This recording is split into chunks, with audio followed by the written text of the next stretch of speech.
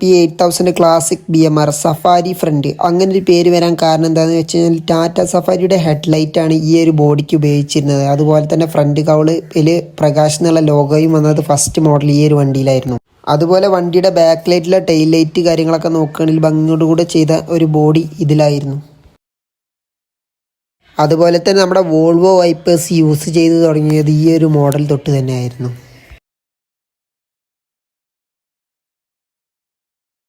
പിന്നെ അതിനുശേഷം വന്നൊരു മോഡലാണ് P8000 ഗ്രാൻഡ് BMR.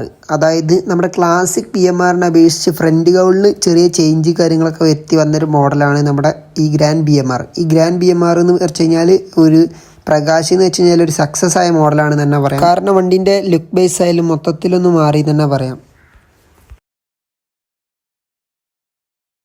അങ്ങനെ അവസാനം വന്ന ബോഡിയാണ് BMRൽ P8000 ഗ്രാൻഡ് BMR ബോസ് എന്ന പേരിലായിരുന്നു ചേർക്കാൻ വന്നത്. നമ്മുടെ ഗ്രാൻഡ് BMR വെച്ച് നോക്കുകയാണെങ്കിൽ ഫ്രണ്ട് ഗ്രില്ലിലും പിന്നെ ബോഡി സ്ട്രക്ചറിലും ചെറിയ വ്യത്യാസങ്ങൾ കാര്യങ്ങളൊക്കെ ആയിട്ടായിരുന്നു വന്നത്.